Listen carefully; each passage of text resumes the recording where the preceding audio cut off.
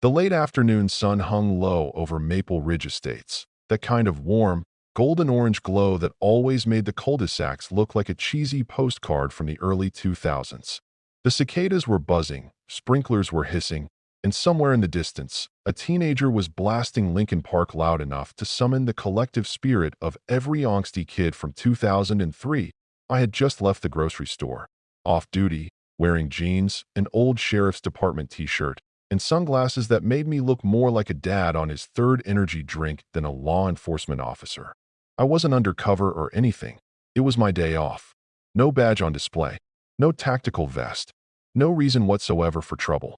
Which, in hindsight, should have been my first clue that trouble was waiting for me like a pop-up ad you absolutely did not click on. As I turned the corner toward my driveway, I heard a sound that didn't belong in the peaceful suburb.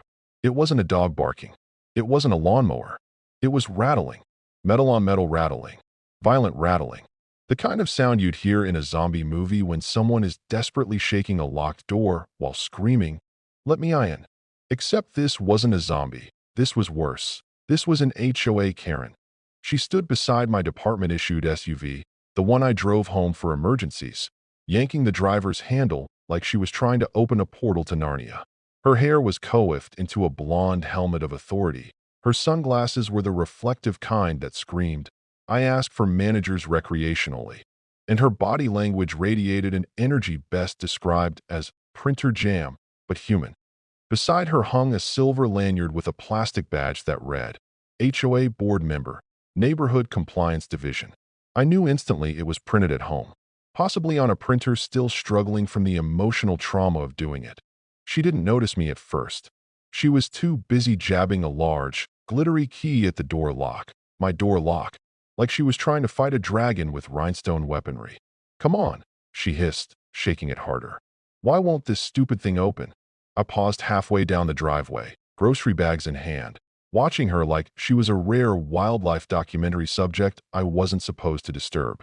My brain scrambled to understand the situation, but all I could think was, is this woman seriously trying to unlock my car with a key from Claire's? Her frustration peaked. She spun around, looking ready to launch into a rant at the nearest breathing object. And then she saw me. Her eyes narrowed in on the grocery bags, then my shirt, then my face, searching for something she could disapprove of. "This is your vehicle?" she demanded, voice dripping with disbelief, as though I'd committed a felony by existing. That I set the bags down slowly. "Yeah, it's my vehicle." "It can't be," she declared, waving the glittery key in the air like a fairy wand of entitlement. "My master key works on every approved HOA vehicle in this neighborhood. And this," she jabbed the key toward my SUV again, "won't open, which means you've installed an illegal lock." I stared at her for a long, silent moment. A long, questioning, "Someone please tell Mom on a prank show" moment. "Ma'am," I said, fighting a smile, "that key doesn't belong to this car." Her eyebrows shot up. "Are you telling me I don't know how my own neighborhood's master key works?" "I am," I said, because the alternative was letting her continue to believe the universe obeyed her personal rulebook. She scoffed so loudly, I swear 3 birds flew away in offense. "I don't have time for this nonsense. You need to stop pretending this is your car. It's HOA property, and your presence here is suspicious." Suspicious. I in my own driveway, next to my own car. "Amazing, ma'am. This is enough," she snapped, cutting me off with an outstretched hand like she was stopping traffic on a highway. "I know every car approved in this neighborhood. I track them. I document them. I log them in my binder." And there it was. She had a binder. Of course she had a binder. I could practically hear the pages. Laminated, color-coded, alphabetized, categorized with tabs labeled violations, repeat offenders, and plants growing 2 inches over the lawful limit. She stepped closer, face tightening into that classic 90s infomercial expression, right before someone dramatically failed at doing something extremely simple. "Since your key doesn't work," I said, gesturing calmly, "maybe you're trying to open the wrong car." "Wrong move." She bristled like a cat hearing a vacuum cleaner. "The HOA doesn't make mistakes," she said, voice firm. "If the master key fails, then you are in violation." And before I could reply, she whipped out her phone. Not just any phone, a pink, bedazzled case with enough glitter to blind a small raccoon. Her thumb hovered dramatically over the screen. "Oh no," I murmured under my breath. "Oh yes," she announced triumphantly. "I am calling 911. I blinked. "You're calling 911 because your key won't open my car?" "I am calling 911 because you are stealing an HOA-approved vehicle," she shouted, enunciating every word like I was hard of hearing or hard of understanding. "And because you are refusing to comply with a lawful HOA directive." I pinched the bridge of my nose. Hard. This situation was spiraling faster than a LimeWire download infected with 17 viruses. "Ma'am, you don't have jurisdiction over my car." She hit the call button. My stomach dropped, not out of fear, but out of pure disbelief. 911, "What's your emergency?" crackled over the speaker. "Yes, hello," Karen blurted, already breathless from the drama she'd created. "I'd like to report a suspicious man attempting to steal an HOA vehicle. He is refusing to surrender himself and is currently hostile." I blinked twice. Hostile? I hadn't even raised my voice. The dispatcher asked for details. Karen supplied them with the enthusiasm of someone auditioning for a true crime documentary. She listed my height, my shirt color, and then, without hesitation, added, "He is pretending to be the sheriff. Very dangerous behavior." My lips parted slowly. "Pretending? Oh, don't try that with me," she said, waving me off like a telemarketer. "This is my neighborhood. I know the sheriff. And it's not you." It took all my self-control not to laugh. I didn't even bother correcting her. Not yet, because from inside the car, my locked, unopened, HOA dangerous vehicle, I heard it. My department radio crackling, the dispatcher's voice, the call Karen had just made. I listened as the dispatcher relayed the details. A suspicious male at my address, attempting to steal a vehicle mine. For a second, I simply stood there, absorbing the ridiculousness, the absurdity, the cosmic comedy of the universe. Because I knew exactly which deputies were on shift today. I knew exactly who would be arriving. And I knew exactly how this entire thing could go. That I could shut it down, that I could tell the dispatcher it was a false alarm, that I could reveal my badge. But instead, a slow smile stretched across my face. Karen, meanwhile, was pacing like a mall cop chasing imaginary shoplifters. "You're in big trouble," she informed me confidently, sliding her glitter key back onto her keychain. "The real authorities are coming. And when they arrive, you're going to wish you had just obeyed." "Is that so?" I said casually. "Oh yes," she replied, smirking. "The HOA doesn't tolerate people like you. People like me." The sheriff, whose deputies were now rushing to his house because a woman couldn't accept that her plastic bedazzled bottle opener wasn't, in fact, a master key to every vehicle in the universe. And in that moment, something clicked. Not a key, not a lock, but an opportunity. This wasn't just a misunderstanding. This was a case of pure entitlement cracking open like an egg. And Karen, was about to learn exactly how hard karma hits when it arrives in full uniform.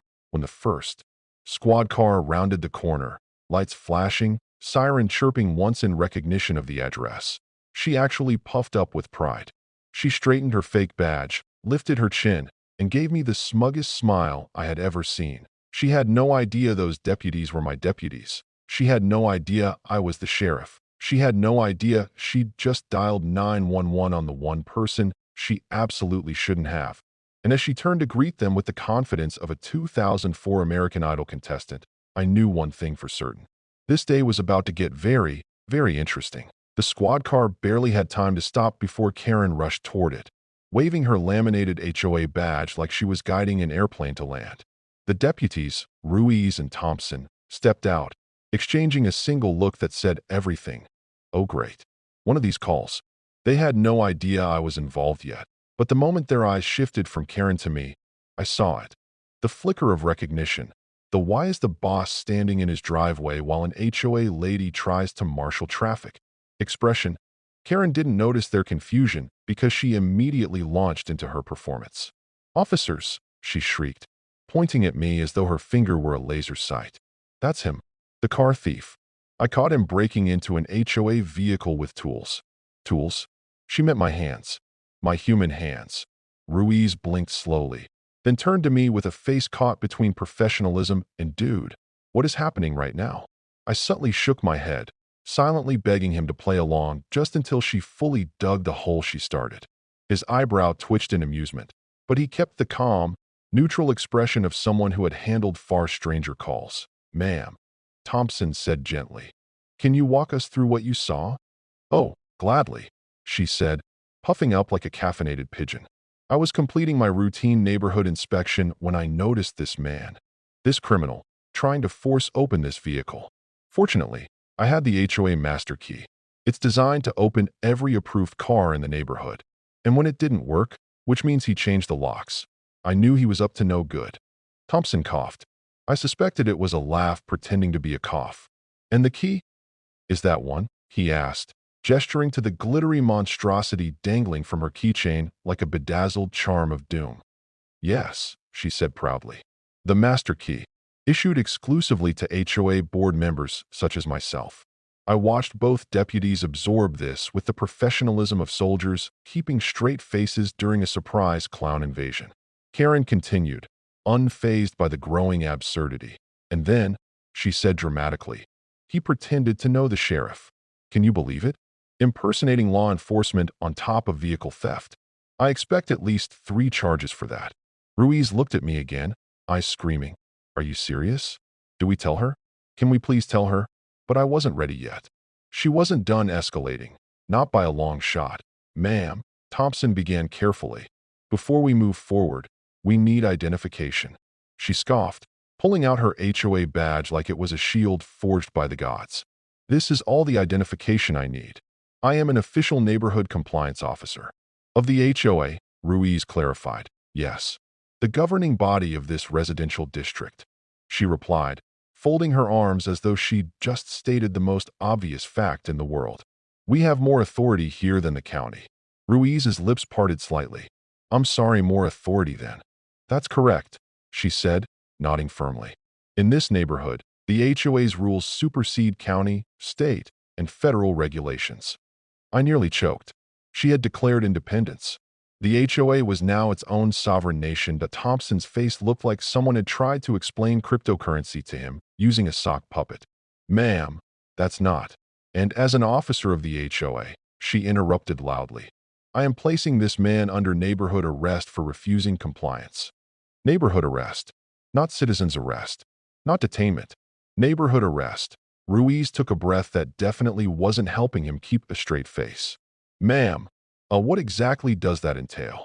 "It means," Karen said, lowering her sunglasses with great ceremony, "that he must remain where he is until HOA enforcement can deal with him." "You mean you?" Thompson asked. "Correct," she replied. "I am the enforcement." There it was, the final infinity stone in her gauntlet of delusion. She stepped toward me, index finger pointed like she was selecting me as tribute. "You will stay right there," she demanded, "until I determine how many violations you've committed." I leaned casually against my car, deliberately non-compliant. "Or what?" She gasped, scandalized. "Do not test me. I will cite you for insubordination." Thompson glanced at Ruiz, silently asking permission to bail on the universe entirely. Ruiz exhaled through his nose, a resigned, "We're doing this, I guess," breath. "Ma'am," Ruiz said carefully, "we need your full name for our incident report." "That's unnecessary," she replied sharply. "You only need the authority of my position." "We do," he insisted gently. "Please." She rolled her eyes and rattled off her name with a level of attitude usually reserved for reality TV confessionals. "There. Now arrest him." "We can't arrest him," Thompson said, "because we haven't established that a crime was committed." "Of course it was," she snapped. "I saw him steal the car." "You mean the car he's standing next to?" I asked. "Yes," she said instantly, not realizing how ridiculous she sounded. Thompson took a slow breath. "Ma'am, do you own this vehicle?" "No," she admitted. "But the HOA owns the neighborhood. Thus, the HOA owns the property in it." Ruiz blinked. "That's not how property law works." "It is here," she barked. She turned abruptly to me, her voice dropping to a patronizing tone. "You need to tell them the truth. Admit you don't belong here." "I live here," I said simply. "No, you don't," she snapped. "I know every resident in this neighborhood. I have a photographic memory." Funny, considering she couldn't remember the sheriff's face. "Ma'am," Thompson tried again. "He's on his own property." "Not until I confirm the deed," she shot back. "Now step aside." I need to search the vehicle. She moved toward my car again, reaching for the handle like she was reclaiming a kingdom. Ruiz stepped in front of her, hand raised. Ma'am, you cannot search that vehicle. It is not yours. It is under HOA jurisdiction, she insisted. It's a sheriff's department vehicle, Ruiz said. And he, she said stubbornly, pointing at me again, is not the sheriff. Ruiz's eyes flicked to me for half a second. The smallest, most silent please let me tell her in history. But no, she wasn't done yet. What exactly is he doing with a sheriff's vehicle? She demanded triumphantly. Ruiz inhaled. Once, deeply, preparing to speak. Before he could, Karen barreled right through the moment, her voice rising to an almost impressive pitch. I know what's going on here, she declared. He stole that vehicle. He probably hacked it. Or, she gasped dramatically, maybe he's part of a ring of car thieves targeting HOA communities. She was dead serious, completely convinced she had unraveled a massive criminal conspiracy involving me, my driveway, and her glitter keyed at Ruiz's composure began to flicker. A ring. Yes, she said, and the HOA master key was designed to prevent this. Clearly someone sabotaged it. Thompson stared at her key. Ma'am, that's the bottle opener. Karen clutched it protectively to her chest. It is not a bottle opener. It is the official master key. It has Margaritaville printed on it, he noted gently. That's the manufacturer. She insisted that it was hard not to laugh. Actually, it was impossible not to laugh internally. And it was getting harder and harder to keep the truth hidden, especially now that she was circling the car again, muttering about filing federal theft charges. All right, Ruiz said at last, holding up both hands. Here's what we're going to do. We're going to verify ownership of the vehicle. Yes, she cried, triumphant. Finally, arrest him. He ignored her instruction. Sir, do you have the registration? I walked calmly to the front door, retrieved my keys, and opened the car with a quiet beep that made Karen physically flinch. She pointed at me accusingly. See, he has some sort of illegal remote override device. It's the key fob, Thompson said dryly. I opened the glove compartment, took out the registration, and handed it to Ruiz. His eyes scanned it briefly before he lifted it for Karen to see. This vehicle, he said slowly, is registered to the county sheriff's department. He forged that, she yelled instantly. Ruiz nodded to me, silently asking permission. Not yet. Let her keep going. Karen threw her hands up dramatically. These documents prove nothing. The sheriff would never live in this neighborhood. He has standards. I raised an eyebrow. You think I don't? She ignored me entirely, pacing with escalating frustration. This is a conspiracy. I know it. A coordinated attack on HOA authority. First the car locks, then the fake documents, then the fake deputies. Fake deputies? Thompson echoed, offended. Yes, she snapped. You're obviously part of the ring too. Ruiz closed his eyes for a second, inhaled deeply, and exhaled the patience of a monk. Karen took that as her cue to continue. We need backup, she declared. The FBI, the National Guard. Somebody has to stop this madness. She was spiraling now, weaving a full-blown suburban thriller out of pure imagination.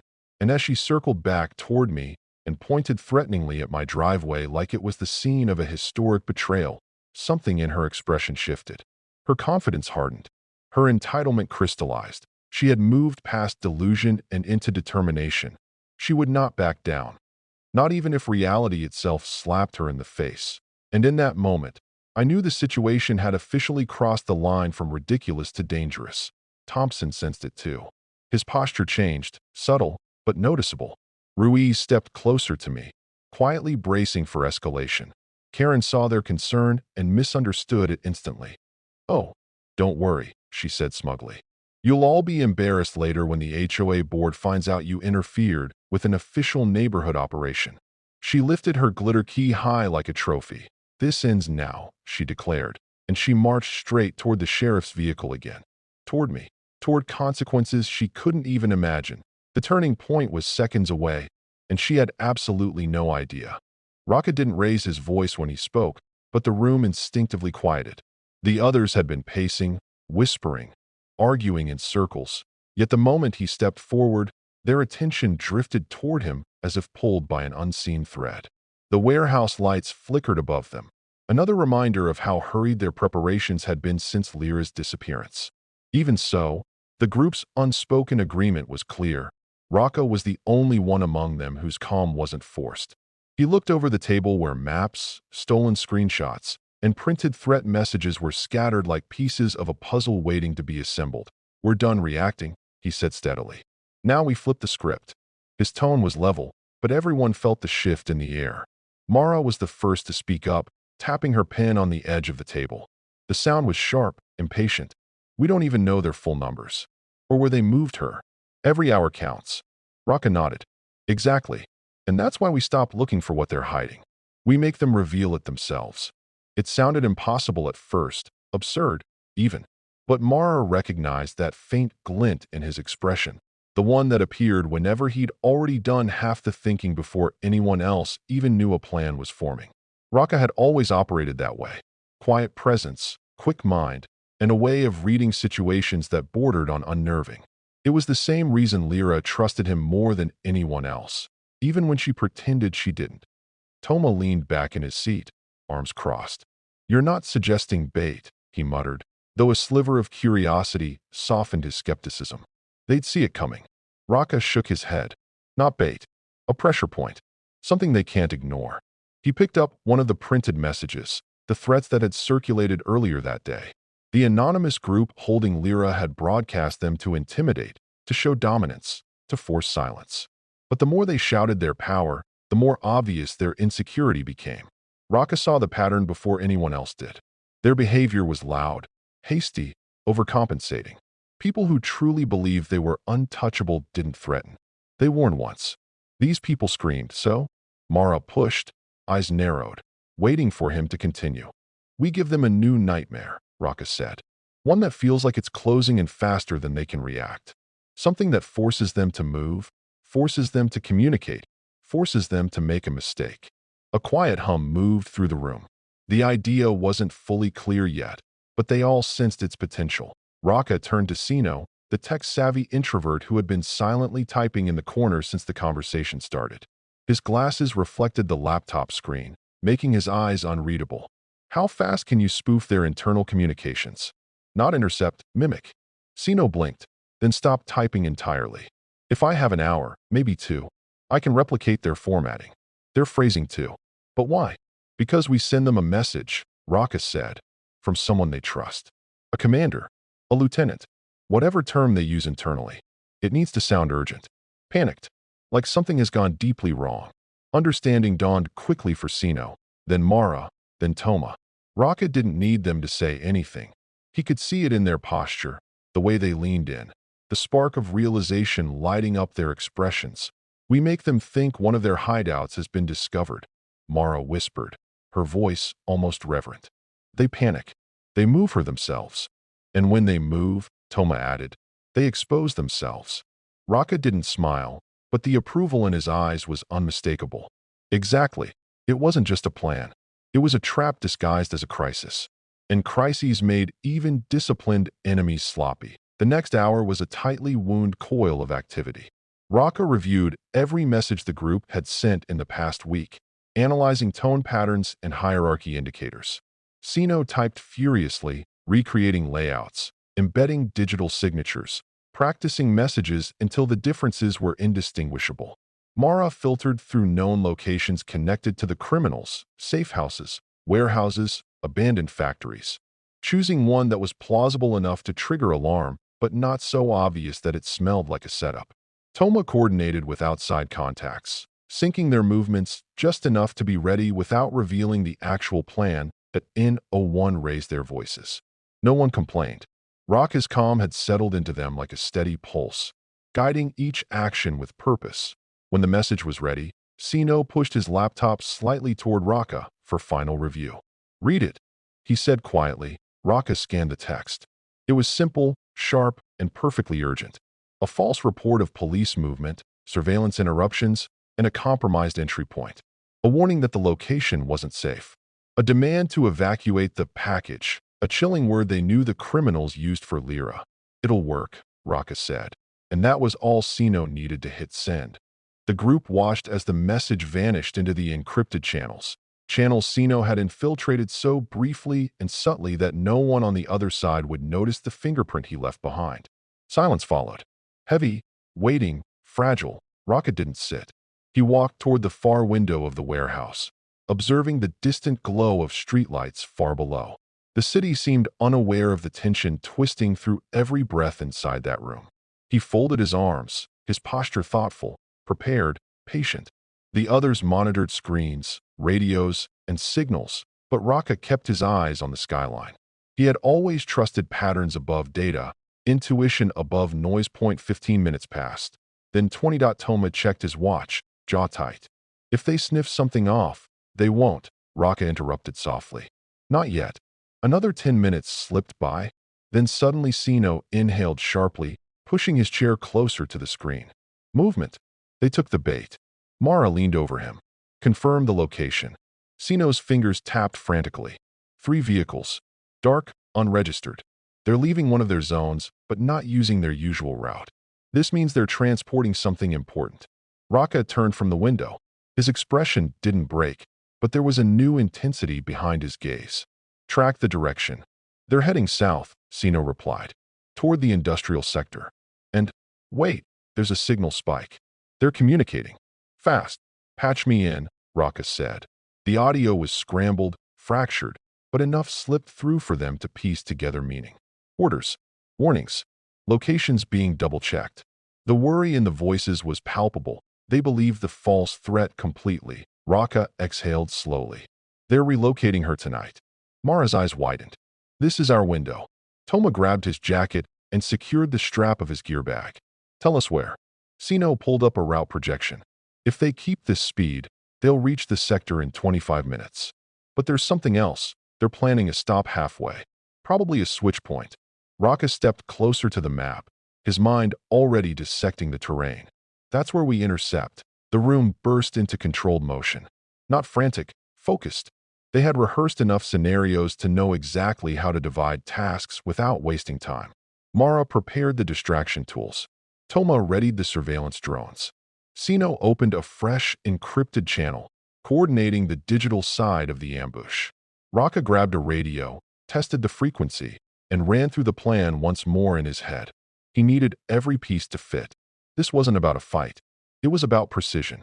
About being faster, smarter, quieter. Before leaving, Mara paused beside Raka. You really think they'll bring her to the switch point? They don't have another option, he said. They're scared.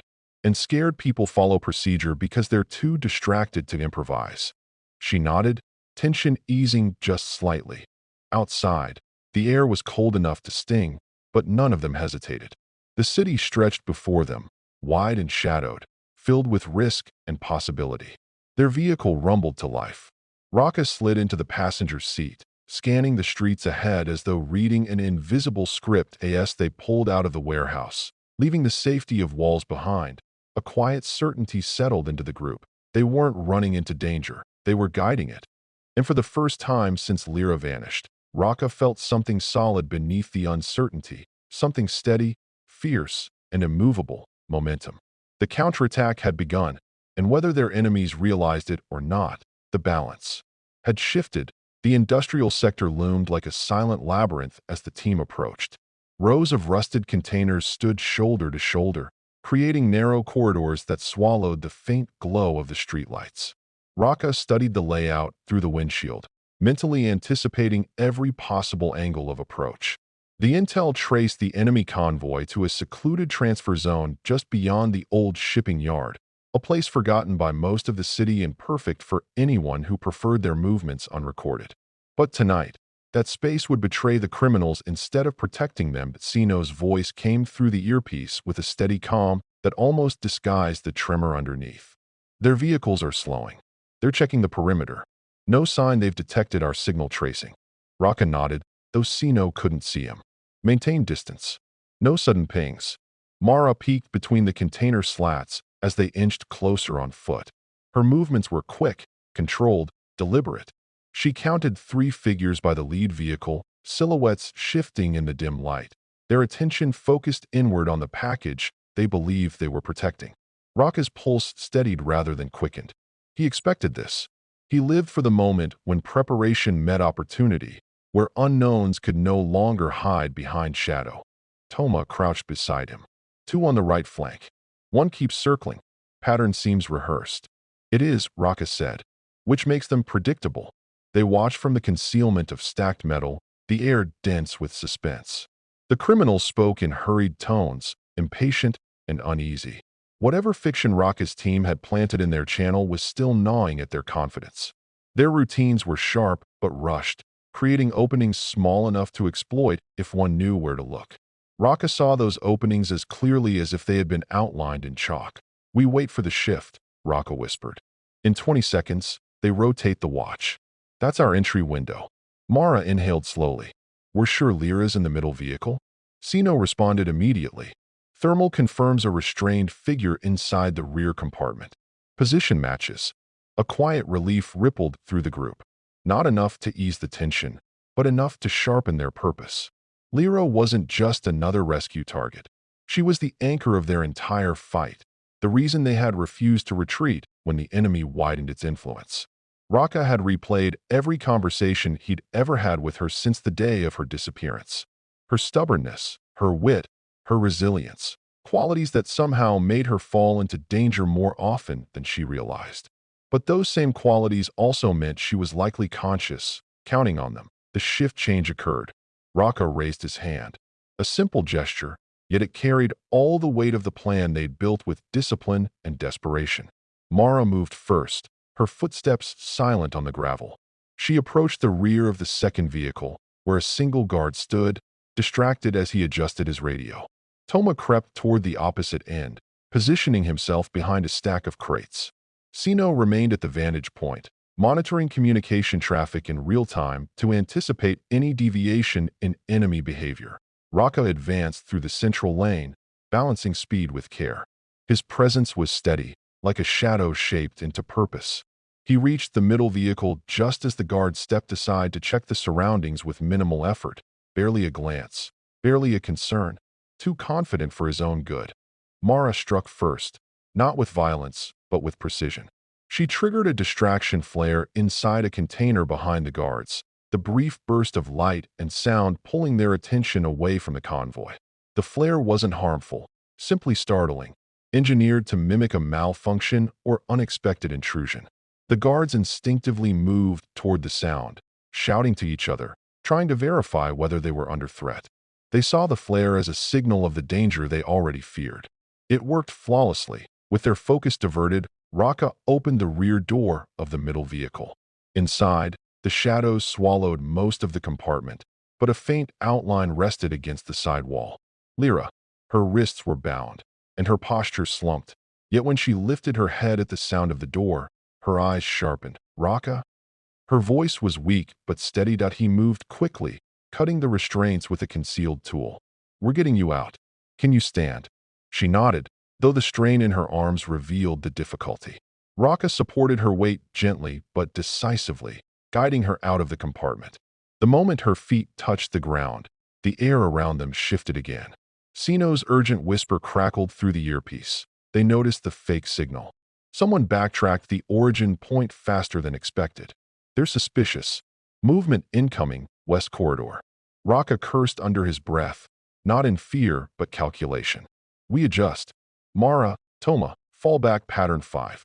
They responded instantly, their positions changing like the pieces of an intricate mechanism shifting into a new configuration. Mara circled around with Lyra at her side, providing quiet encouragement. Toma intercepted the approaching guards with a series of controlled diversions. No harm, just enough confusion to buy time. The enemy regrouped quickly, their voices rising, their commands tightening. They weren't panicking anymore. They were preparing. Raka stood between the oncoming group and his team's retreat path. His posture straightened, his focus narrowing.